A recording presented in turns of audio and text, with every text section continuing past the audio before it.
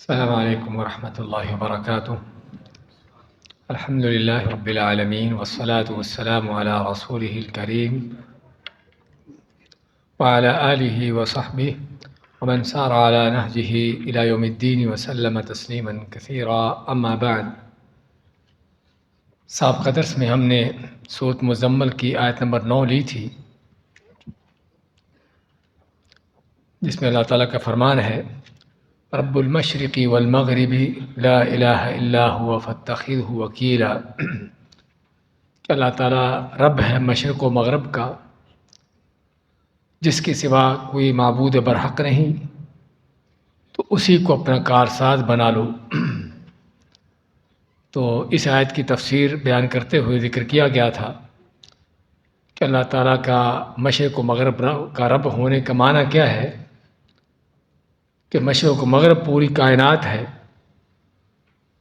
تو اس کا معنی کہ سبھی یہ پوری کائنات اللہ کی ملکیت ہے، اللہ کی مخلوق ہے، اور اللہ تعالیٰ ہی اس پوری کائنات میں ہر طرح کا تصرف کرنے والا، اس کی تدبیر کرنے والا ہے۔ تو جب اللہ تعالیٰ ہی رب ہے پوری کائنات کا، تو پھر عبادت بھی اسی کا حق ہے۔ اس لیے پہلے اللہ تعالیٰ کے رب ہونے کا بیان کیا، اس کے بعد اللہ تعالیٰ کی الوہیت کا بیان کیا کہ وہی الہ ہے، وہی معبود ہے، جس کے سوا کسی کی عبادت نہیں ہونی چاہیے۔ تو اگر وہی الہ معبود ہے، وہی رب ہے، تو پھر اسی کو اپنا کارساز بناؤ، اسی سے اپنی امیدیں لگاؤ، اسی کو اپنا مشکل کشا حاجت روا سمجھو، اور اس سے ہٹ کر کسی اور کے ساتھ امیدیں نہ لگاؤ، کسی اور پر توکل بھروسے نہ کرو۔ تو یہ وہ عظیم ترین آیت ہے کہ جو توحید کا حقیقت میں بہت بڑا سبق ہے۔ اس کے بعد کی آیتیں لیتے ہیں۔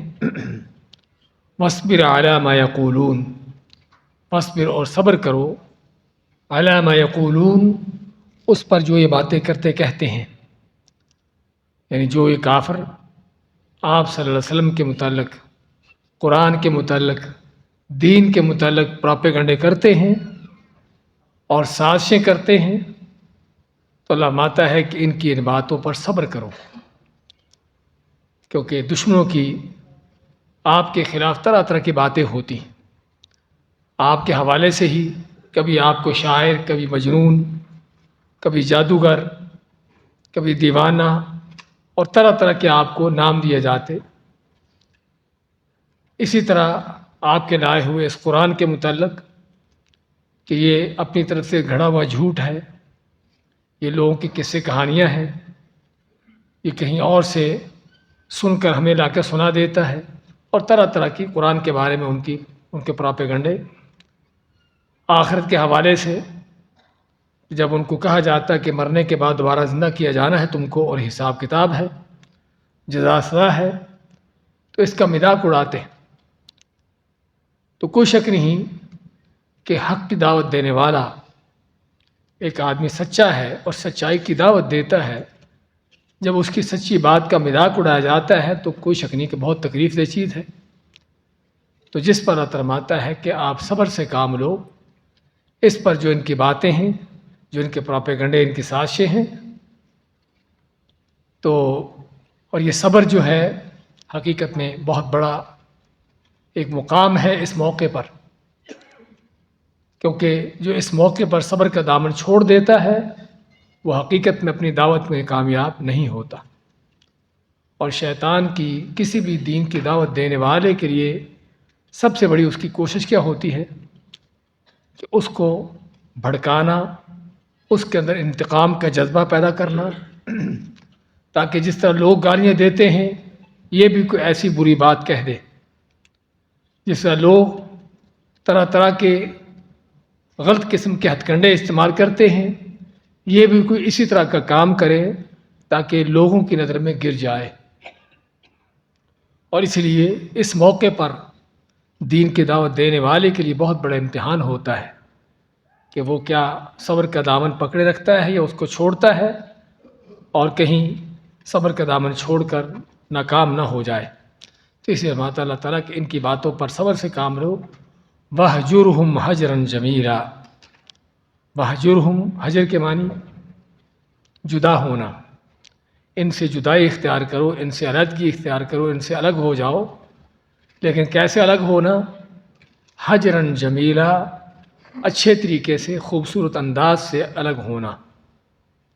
دیکھیے اسلام کی عظمت کیا ہے کہ کافر سے، دشمن سے، جو اللہ کا، اس کے رسول کا بدترین دشمن ہے، اس سے بھی الگ ہونے کا حکم، کہ تاکہ تم ان کے ساتھ نہ مل جاؤ، ان کے کسی طرح کے کفر بے ایمانی کا اثر تم پر بھی نہ آ جائے. یہ بھی ضروری ہے کہ مسلمان مومن کافر سے، دین کے دشمن سے الگ ہو. لیکن الگ ہونے کا معنی بھی کیا ہے کہ اللہ مانتا ہے کہ اچھے طریقے سے، خوبصورت انداز سے. اچھا، وہ اچھا طریقہ کیا ہو سکتا ہے؟ اس اچھے طریقے کے اندر سب سے پہلے تو بجائے کہ ان کی گالیوں کا جواب گالیوں سے دو، ان کی بہتان بازیوں، تان بازیوں کا جواب اس انداز سے دو، بلکہ ان کی باتوں پر صبر سے کام لیتے ہوئے ان کے لیے دعائیں دو. اور یہی نبی کریم صلی اللہ علیہ وسلم اور اللہ کے نیک بندوں کا انداز رہا ہے کہ اس طرح کے بے ایمانوں کے لیے بجائے گالی گلوچ کا، اس طرح کا طریقہ اختیار کرنے کے لیے، بلکہ ان کے لیے دعائیں کرتے. اور اللہ کا ایک نیک بندہ اپنے ساتھیوں کے ساتھ دریا کے کنارے پر بیٹھا ہوا، تو دریا میں کشتی گزری جس میں کچھ نوجوان میوزک، گانے اور اس طرح کی چیزیں کر رہے بیٹھے. تو اس نیک آدمی کے ساتھ ہی کہتے کہ دیکھو یہ کیسے بدماش لوگ ہیں کہ دریا کے اندر، پانی کے اوپر، کشتی میں بیٹھے ہوئے بھی اس طرح کے کام کر رہے ہیں. یعنی جہاں پر کسی وقت کشتی الٹے اور غرق ہو جائیں، ڈوب جائے. تو بڑے غصے میں ہیں ان کے ساتھی، تو کہنے لگے کہ ان کے لیے بد دعا کرو. تو اللہ کا نیک بندہ کیا کہتا ہے؟ اللہ تعالیٰ جس طرح تو نے ان کو دنیا میں یہ خوش رکھا ہوا ہے، ایسے ان کو آخرت میں خوش رکھ. کیا خیال ہے؟ یہ دعا ہے یا بد دعا ہے؟ ساتھیوں نے کہا کہ ان کے لیے بد دعا کرو. تو وہ ساتھی بڑے حیران ہوئے کہ ہم نے تمہیں کہا کہ ان کے لیے بد دعا کرو اور تم ان کے لیے دعائیں کر رہے ہو. کہتے ہیں کہ میں ان کے لیے ان کی ہدایت کی دعا کی ہے، کیونکہ آخرت میں خوش کب ہوں گے کہ جب یہ کام چھوڑیں گے. یہ گانے میوزک جو غلط کام کر رہے ہیں، یہ کام چھوڑیں گے تو نیک بنیں گے تو آخرت میں خوش ہوں گے نا. تو یہ ہے اللہ کے نیک بندوں کا طریقہ، اور یہی نبی اکرم صلی اللہ علیہ وسلم کا طریقہ بھی ہے. اور طفیل بن عمرو دوسی آپ کے پاس آئے، اسلام قبول کیا، جا کے قوم کو اسلام کی دعوت دی. قوم کافر قوم، ظاہری بات، نسل در نسل بتوں کی پوجا کرتے چلے آ رہے. تو اچانک یکدم کیسے مسلمان ہو گئے؟ انہوں نے آگے سے انکار کر دیا. تو طفیل کو بڑا غصہ آیا کہ میں قوم کو دعوت دیتا ہوں، ان کی اصلاح کرنے کی بات کرتا ہوں، یہ آگے سے مذاق اڑاتے ہیں. تو بڑے غصے میں آپ صلی اللہ علیہ وسلم کے پاس لوٹ کے آئے اور کہنے لگے کہ اللہ کے نبی صلی اللہ علیہ وسلم، دوس قبیلہ جو اس کا قبیلہ تھا، ان کے لیے بد دعا کرو کہ بڑے بدماش ہیں، بڑے ہٹ درم ہیں. میں دعوت دی ہے لیکن وہ ماننے کے لیے تیار نہیں. تو اللہ کے نبی صلی اللہ علیہ وسلم دعا کرتے ہیں. بعض روایتوں میں آتا ہے کہ دعا کے لیے ہاتھ اٹھاتے ہیں. تو صحابی سمجھتے ہیں کہ دوس اب ہلاک ہو گئے، بس یہ تباہ ہو گیا. اب آپ نے دعا کیا کی؟ اللہم اہد دوسن واتی بہم، اے اللہ دوس کو ہدایت دے دے، دوس قبیلے کو ہدایت دے دے اور ان کو میرے پاس لے آ. تو طفیل لوٹ کے اپنے قبیلے کے پاس جاتے ہیں واپس. ان کے پہنچنے سے پہلے ہی وہ لوگ مسلمان ہو چکے. یہ بھائیوں اچھے طریقے کا انداز، اس کا نتیجہ کہ لوگوں کی گالیاں، ان کے طعن و تشنیع، ان کی غلط باتوں کا اگر دعاؤں سے جواب دیا جائے تو اس کا یہ نتیجہ ہوتا ہے. تو اسے اللہ فرماتا ہے کہ ان کی باتوں پر صبر کریں.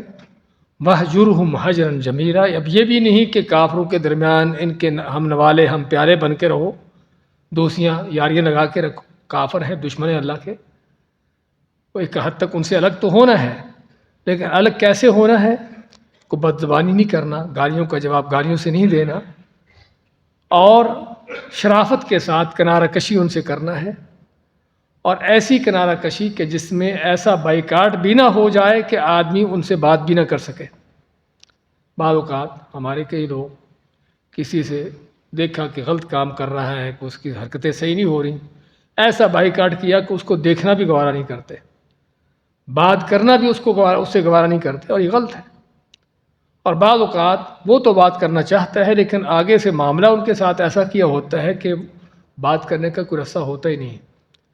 تو یہ ہے ہجرن جمیلہ کا معنی، کہ ان سے کنارہ کشی ایسے انداز سے اختیار کرو کہ ان کو دعوت دیتے رہو، دعوت دینے کا رستہ کھلا رہے، ان سے خیر خواہی پھر بھی کرتے رہو، تاکہ ہدایت اور رہنمائی ہوتی رہے۔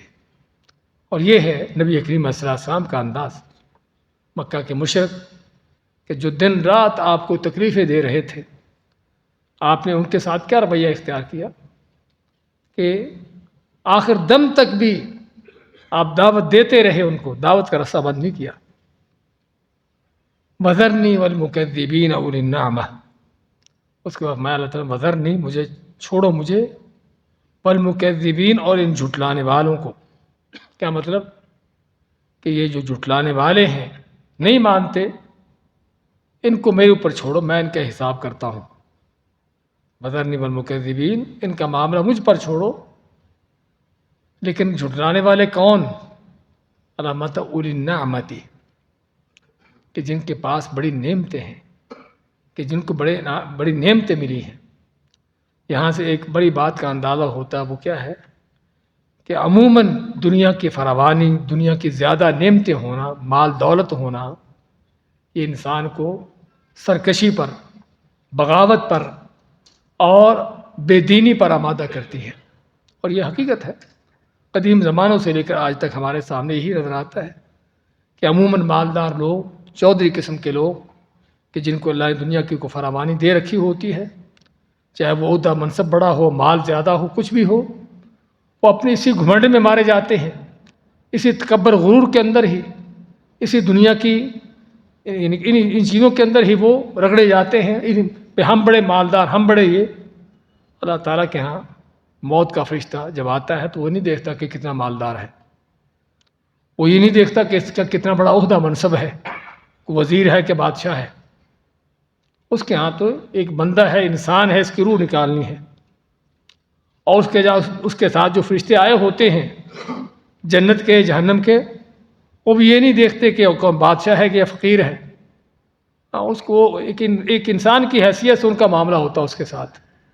تو یہ صرف دنیا کے اندر ہی چند دن کی چدراہٹیں ہوتی ہیں، چند دن کی بدماشیاں، عیاشیاں ہوتی ہیں۔ تو اس سے پتہ چلا کہ عام طور پر دنیا کی مال و دولت، دنیا کی فراوانیاں انسان کو بغاوتوں پر، سرکشی پر آمادہ کرتی ہے، اور یہی وہ چیز ہے جو اللہ تعالیٰ سورۃ علق میں بیان کرتا ہے۔ سورۃ علق میں بھی اللہ تعالیٰ نے یہی بیان کیا کہ آدمی کب جو ہے سرکشی کرتا ہے، الرآہ استغنا، کہ جب اپنے آپ کو دیکھتا ہے کہ اب وہ بڑا مالدار ہو گیا ہے، اب کسی کی اس کو ضرورت نہیں رہی، ہاں اس وقت پھر اکڑتا ہے، تکبر کرتا ہے، غرور میں آتا ہے۔ تو یہاں فرماتا اللہ تعالیٰ کہ ان تکبر کرنے والوں کو، جھٹلانے والوں کو، کہ جن کے پاس بڑی مال و دولت ہے، حالانکہ وہ دیا بھی اللہ کا ہوتا ہے، اللہ مانتا ہے کہ ان کو چھوڑو میرے اوپر، میں ان کا حساب کرتا ہوں، میں ان سے نپٹتا ہوں۔ وَمَهِّلُهُمْ قَلِيلًا، ان کو تھوڑی دیر کے لیے مہلت دو۔ اللہ تعالیٰ کے قانون اور نظام جو ہے وہ کیا ہے کہ اللہ تعالیٰ ظالم کو دیکھتا ہے، مجرم کو جانتا ہے، کافر بے ایمان، اللہ تعالیٰ اس کو جانتا ہے کہ وہ کیا کفر کر رہا ہے، کیا بے ایمانی کر رہا ہے، کیا دین کے خلاف اس کی سازشیں ہیں، اللہ کے بندوں کو کیا اذیتیں تکلیفیں دے رہا ہے۔ اللہ تعالیٰ اس کی ایک ایک حرکت کو جانتا ہے، دیکھتا ہے بلکہ اس کو۔ لیکن اللہ تعالیٰ کے ہاں شروع سے لے کر اللہ نے ایک اپنا قاعدہ کلیہ رکھا ہوا ہے، وہ کیا ہے کہ بندوں کو مہلت دینا، ڈھیل دینا، تاکہ کسی کو یہ نہ کہنے کا موقع ملے کہ مجھے تو اچانک ہی پکڑ لیا گیا، پتہ ہی نہیں چلا، کوئی مہلت ملی نہیں۔ تو اللہ تعالیٰ کافر کو، ظالم کو، مجرم کو، بے ایمان کو مہلت دیتا ہے، ڈھیل دیتا ہے۔ دیکھیے تاریخ کو اٹھا کر آپ قرآن کو پڑھ کر دیکھیے، قوموں کی سرکشیاں، ان کی بغاوتیں، ان کے جرم، ان کے ظلم، اللہ کے انبیاء کو قتل کر دینے تک ان کے جرم، لیکن اللہ تعالیٰ نے پھر بھی قوموں کو کئی سال تک، بلکہ بعض اوقات بہت لمبے عرصے تک ان کو مہلت دے رکھی، ڈھیل دے رکھی، تاکہ کسی وقت بھی اگر وہ اللہ کی طرف لوٹنا چاہیں تو لوٹ آئیں۔ یہ اللہ تعالیٰ کی بہت بڑی وہ مہربانی بندوں کے ساتھ، اگرچہ کوئی کافر بھی کیوں نہ ہو، اللہ کا دشمن بھی کیوں نہ ہو، اللہ تعالیٰ اپنے دشمنوں کو مہلت دے دیتا ہے۔ تو یہاں پر آصر رسم گھماتا اللہ تعالیٰ مہلہم قلیلا، لیکن یہ مہلتیں زیادہ لمبی نہیں ہوتی، عام طور پر تھوڑی ہوتی ہیں، اور اس لیے عربی میں کہا جاتا ہے ان اللہ یمہل ولا یہمل، اللہ تعالیٰ مہلت دیتا ہے لیکن غافل نہیں ہوتا، لاپرواہ نہیں ہوتا کہ لاپرواہ ہو جائے، پتہ ہی نہ ہو کہ کون کیا کر رہا ہے، نہیں، اللہ کو پتہ ہے، اللہ غافل نہیں ہوتا لیکن ڈھیل مہلتیں دیتا ہے۔ اور بعض اوقات ڈھیل مہلت دینے کا اللہ تعالیٰ کا انداز بھی ایسا ہوتا ہے کہ جس میں مجرم کو اندازہ ہی نہیں ہوتا کہ مجھے ڈھیل مل رہی ہے۔ سنستدرجہم من حیث لا یعلمون، اللہ فرماتا ہے کہ ہم ان کی رسی ایسے انداز سے ڈھیلی کریں گے کہ ان کو پتہ بھی نہیں چلے گا، وہ سمجھتے ہیں کہ ہم بڑے اپنے سازشوں میں کامیاب ہیں اور ہمارے مقابلے میں یہ دین کی باتیں کرنے والے ناکام ہو چکے، شکست کھا چکے، اور یہ نہیں جانتے کہ وہ جتنے اپنی بے ایمانی میں آگے بڑھ رہے ہیں اتنے ہی اللہ کے جال میں اور پھنس رہے ہیں، اللہ تعالیٰ کی گرفت میں اور جکڑے جا رہے ہیں۔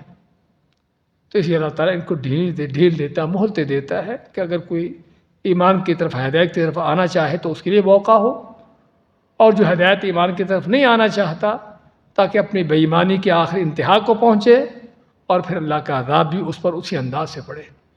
فرعون کو دیکھیے کتنے سال تک، دہائیوں تک بچوں کو قتل کر رہا ہے، ظلم کر رہا ہے بنی اسرائیل پر، اور اس کے بعد بھی موسیٰ علیہ السلام جب نبی بن کر آتے ہیں، دعوت دیتے ہیں، تو اس کی کیا کیا بدماشیاں تھیں، کیا کیا اس کے ظلم تھے، یعنی کہ کوئی 2 4 10 سال نہیں، کئی دہائیوں تک اللہ نے ڈھیل مہلت دیے رکھی، اور جب پکڑنے پہ آیا پھر تو سمندر میں غوطے دے کے مارا، اس کو بھی، اس کی پوری فوج کو بھی۔ تو یہ ہے اللہ تعالیٰ کے پکڑ کے انداز، میں کہ چھوڑو ان نعمت والوں کو، ان مال و دولت والوں کو مجھ پر، میں ان کا حساب کرتا ہوں، اور ان کو تھوڑی دیر کے لیے مہلت دو۔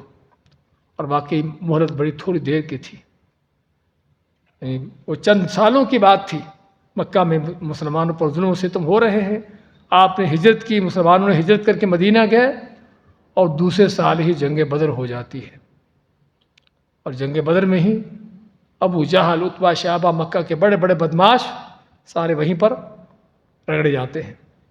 تو اللہ تعالیٰ فرماتا ہے کہ ان کو ڈھیل میں دیتا ہوں، لیکن ڈھیل ہمیشہ کے لیے نہیں، یہ مہلتیں ہوتی ہیں تھوڑے کچھ وقت کے لیے۔ ان لدینا انکالا وجحیما وطعاما ذا غصۃ وعذابا علیما، اس کے بعد اللہ تعالیٰ فرماتا ہے کہ ان کو مہلتیں دینے کے بعد، اس ڈھیل دینے کے بعد آگے کیا ہے؟ آگے اللہ فرماتا ہے ان لدینا انکالا، کہ بے شک ہمارے پاس بیڑیاں ہیں، ان کو پہنانے کے لیے، مجرموں کو جکڑنے کے لیے ہمارے پاس بیڑیاں ہیں۔ اور انکال نکل کے جمع، اور نکل ہوتا ہے، آپ نے دیکھا ہوگا کہ وہ جو جانور کو جب لگام ڈالتے ہیں تو اس کے منہ میں ایک لوہے کا کچھ حصہ ہوتا ہے، اور اس کے آس پاس چمڑے کی یا رسی ایسی چیز ہوتی ہے، وہ کیا ہوتا، کس لیے ہوتا ہے؟ جانوروں کو قابو کرنے کے لیے۔ اور دوسرے الفاظ میں آپ یہ کہیے کہ یہ سٹیئرنگ کا کام دیتا ہے، سمجھے نا، جس طرح گاڑی کا سٹیئرنگ ہے نا، اس کا یہی کام ہوتا ہے۔ آپ نے جانور کو دائیں طرف موڑنا ہے، ادھر کی رسی تھوڑی کھینچ لے، دائیں طرف جانور کو بائیں طرف موڑنا ہے، ادھر کی رسی تھوڑی کھینچ لے۔ تو یہ اس کو اصل جو جانور کے منہ میں اس انداز سے وہ ڈالا ہوتا ہے، جو اس کو شاید چابو کہتے ہیں، کیا کہتے ہیں، نکیل، ہاں نکیل تو ناک میں ڈالتے ہیں نا، وہ ناک میں ڈالتے ہیں، یہ منہ میں ڈالتے ہیں، یہ منہ میں ڈالتے ہیں، لگام بھی ہوتی ہے۔ تو اس کو، تو یہ جو ہے، تو تو اللہ تعالیٰ فرماتا ہے کہ ان مجرموں کے لیے ہمارے پاس یہ نکیلے ہیں، یہ لگامیں ہیں، لیکن کہاں پر؟ جہیمن، جہنم میں۔ کہ کوئی دنیا کے جانور گدھے کی طرح ڈالا ہوا نکیل نہیں ہے، یہ مجرموں کے وہ نکیل ہے جو جہنم کے اندر ان کو ڈالے جائیں گے۔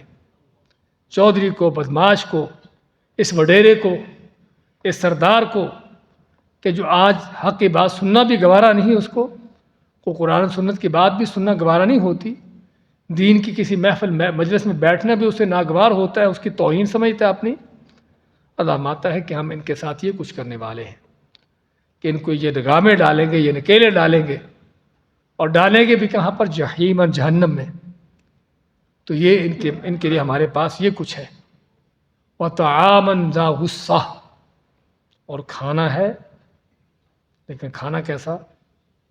دنیا کے اندر کھانے ایک تو بھوک مٹانے کے لیے کھانا ہوتا ہے، اور بھوک مٹانے سے زیادہ کس لیے ہوتا ہے؟ لذت کے لیے، مزہ حاصل کرنے کے لیے، مزے کے لیے۔ بھوک بھی ٹھیک مٹتی ہے، لیکن زیادہ تر کھانے کا مقصد لذت حاصل کرنا، مزہ لینا، سمجھے نا؟ اس لیے ہم طرح طرح کے وہ بھی کھانے بعض اوقات کھاتے ہیں کہ جس کے بارے میں پتہ بھی ہوتا ہے کہ یہ نقصان دہ ہے۔ یہ ہمارے فاسٹ فوڈ، آج کے کھانے، پتہ بھی ہے کہ اس کے کیا کیا نقصانات ہیں، لیکن چونکہ مزہ ہے، چونکہ لذت ہے، تو اس طرح کے کھانے کھاتا ہے۔ تو بات کریں تو دنیا کے کھانوں کے دو بڑے مقصد ہوتے ہیں، ایک تو بھوک مٹانا اور دوسرا مزہ لینا۔ لیکن جہنم کے کھانے وہ ایسے کھانے کہ اللہ تعالیٰ فرماتا ہے لا یسمن ولا یغنی من جوع، نہ موٹا کرے گا اور نہ اس سے کسی طرح کی بھوک مٹے گی۔ اچھا بھوک تو نہیں مٹے گی، چلو قیامت کا مزہ ہی آتا ہو۔ اللہ ماتا ہے وَطَعَامًا ذَا غُصَّةٍ، ایسا کھانا جو گلے میں پھنس جانے والا، گلے میں پھنس جانے والا۔ یہاں پر تو صرف گلے میں پھنسنے کا ذکر کیا ہے، دوسری آیتوں میں ان کے لیے کھانا جو ہے وہ کیا ہے؟ تھوہر کا کھانا، کانٹے دار، بدبودار، اتنا کڑوا کسیلا کہ جو گلے سے اترے ہی نہ۔ بعض اوقات ہم دنیا میں بھی ایسی چیز کھانا پڑتی ہے دوائی کے طور پر، کوئی میڈیسن کے طور پر، کہ بڑی مشکل سے اس کو نگلتے ہیں۔ تو یہ تو دوائی ہے، میڈیسن ہے کوئی، جس کو ہم دوائی سمجھ کے تھوڑا سا برداشت کرتے اس کو کھانا، لیکن جہنمیوں کو کھانا ہی سارا اس سے کہیں بدتر۔ تو یہ ہے ان کے پاس، تو اس کے اصل مقصد کیا ہے کہ جہنم میں جو بھی کچھ ہے جہنمیوں کے لیے وہ ان کے لیے عذاب ہے۔ اگر ان کے لیے پہننے کا کپڑا ہے تو اللہ ماتا ہے کہ کپڑے بھی ایسے جو گندک کے بنے ہوئے۔ اب گندک اس کا آگ کے ساتھ کیا تعلق ہوتا ہے کہ اور بھڑکتی ہے اور آگ کو بھڑکاتی ہے۔ تو لباس بھی گندک کا بنا ہوا کہ جس سے اور آگ بھڑکے، اور کھانا بجائے بھوک مٹانے کے، بجائے کوئی لذت حاصل ہونے کے، بلکہ اس قدر کڑوا کسیلا کہ جو گلے سے نیچے نہ اترے۔ وَطَعَامًا ذَا غُصَّةٍ، اور کھانا ہے ان کے لیے جو گلے میں پھنس جانے والا، وَعَذَابًا أَلِيمًا، اور بڑا دردناک عذاب ہے۔ دردناک عذاب وہ کس انداز کی دردناک ہے وہ اللہ تعالیٰ ہی جانتا ہے۔ جس طرح جنت کی نعمتوں کے حوالے سے ہم پڑھتے ہیں قرآن کریم میں اور احادیث میں کہ جنت کی نعمتیں انسان کے تصور سے بالا تر ہیں، نہ کسی آنکھ نے کبھی دیکھی ہے، نہ کبھی کان نے سنا ہے، اور نہ کبھی دل دماغ پر اس کا تصور ہی آیا ہے کہ وہ کیسی نعمتیں ہو سکتی ہیں۔ تو ایسے ہی جہنم کے عذاب ہیں، ایسے ہی جہنم کے عذاب ہے کہ دنیا کے عذاب ہے، دنیا کے اندر بھی سزائیں ہوتی ہیں، دنیا کے اندر بھی تکلیفیں دی جاتی ہیں، بعض اوقات جیلوں میں اور اس طرح کے جگہوں پر بڑی اذیت ناک تکلیفیں ہوتی ہیں، لیکن اللہ تعالیٰ ماتا ہے کہ یوم یوثق وثاقہ، یوم لا یوثق وثاقہ احد، کہ اللہ تعالیٰ ایسا جکڑے گا کہ جیسا کسی نے جکڑا نہ ہوگا، ایسا عذاب دے گا کہ جیسا کسی نے عذاب نہ دیا ہوگا۔ کہ دنیا کے اگر بدترین کسی عذاب کی آپ کو سن سکتے ہو، تصور کر سکتے ہو کہ ایسا عذاب بھی ہو سکتا ہے، تو جہنم کے عذاب اس سے کہیں بڑھ کر۔ دنیا کے بدترین جکڑنے کے انداز اگر سن سکتے ہو کہ کسی کو بڑے بدترین انداز سے جکڑا، اس کے شکنجے اس پر ڈالے گئے، تو جہنم کے شکنجے اس کے جکڑنے کے انداز اس سے کہیں بڑھ کر جو تصور سے بالا تر ہے۔ تو اس اللہ تعالیٰ عذاب العلیمہ، ان مجرموں کے لیے ہم نے بڑے یہ عذاب دردناک عذاب تیار کیے ہیں۔ یوم ترجف الارض والجبال وکانت الجبال کثیبا مہیلا۔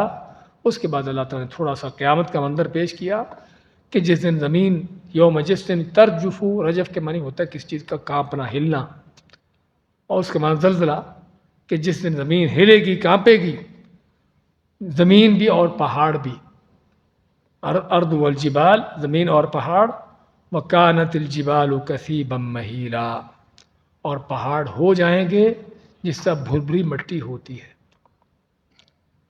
سخت ترین سنگلاخ پہاڑ کہ جن کو بعض اوقات توڑتے ہوئے بڑی مضبوط قسم کی مشینیں ٹوٹ جاتی ہیں، پھر بھی پتھر نہیں ٹوٹتا۔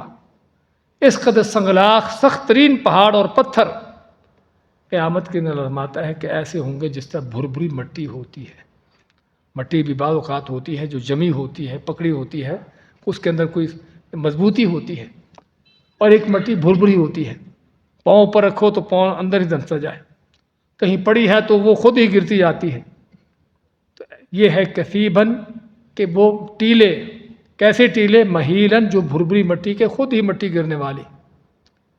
تو پہاڑ جو سنگلاخ پتھروں کے بنے ہوئے، قیامت کے دن سب سے پہلا مرحلہ پہاڑوں کا یہ ہوگا کہ بھربھری مٹی بن جائیں گے، بھربھری مٹی کے ٹیلے بن جائیں گے، ان کے پتھروں کی ساری سختی ختم ہو جائے گی۔ اس کے بعد پھر اگلا مرحلہ کہ وہ دھوئیں اون کی طرح، اس سے اگلا مرحلہ بادلوں کی طرح، اس سے اگلا مرحلہ دھوئیں کی طرح، اور پھر آخر میں سراب بن کر غائب ہو جائیں گے اور زمین چٹیل میدان بن جائے گی۔ تو یہ قیامت کا یہی منظر ہی کافی ہے قیامت کی ہولناکی کے لیے۔ اتنے بڑے اونچے پہاڑ، سنگلاخ پہاڑ، قیامت کی ہولناکی سے جو ہے وہ کیا ہے؟ بھربھری مٹی بن کے اس انداز سے وہ ان مراحل سے گزر کر ختم ہو جائیں گے۔ تو اللہ مانتا ہے کہ یہ وہ قیامت کا دن ہے، یوم ترجف الارض والجبال، کہ جس دن کانپے گی زمین بھی اور پہاڑ بھی، وکانت الجبال کثیبا مہیلا، اور پہاڑ جو ہیں وہ ٹیلے کی طرح ایسے ٹیلے ہو جائیں گے جو بھربھری مٹی کے ہوں۔ آج اتنے کافی ہے۔ بارک اللہ فیکم، جزاکم اللہ خیر۔ دوبارہ دیکھیں آج کی آیتوں کا ترجمہ۔ وَاصْبِرْ عَلَىٰ مَا يَقُولُونَ، صبر کرو ان کی باتوں پر، وَاهْجُرْهُمْ هَجْرًا جَمِيلًا، اور ان سے اچھے طریقے سے علیحدگی اختیار کرو، علیحدہ ہو جاؤ۔ وَذَرْنِي وَالْمُكَذِّبِينَ أُولِي النَّعْمَةِ، اور چھوڑو مجھے اور جو جھٹلانے والے ہیں، نعمتوں والے جن کے پاس بڑی دنیا ہے۔ وَمَهِّلْهُمْ قَلِيلًا، ان کو تھوڑی مہلت دے دو۔ إِنَّ لَدَيْنَا أَنْكَالًا وَجَحِيمًا وَطَعَامًا ذَا غُصَّةٍ، بے شک ہمارے پاس بڑے ان کے ڈالنے والی نکیلیں ہیں اور جہنم کا عذاب ہے، اور کھانا ہے گلے میں پھنس جانے والا، وعذابًا علیما، اور بڑا دردناک عذاب ہے۔ یوم ترجف الارض والجبال، کہ جس دن کانپے گے پہاڑ اور زمین اور پہاڑ، وکانت الجبال کثیبا مہیلا، اور بن جائیں گے پہاڑ ایسے ٹیلوں کی طرح جو بھربھری مٹی کے ہوں۔ بارک اللہ فیک۔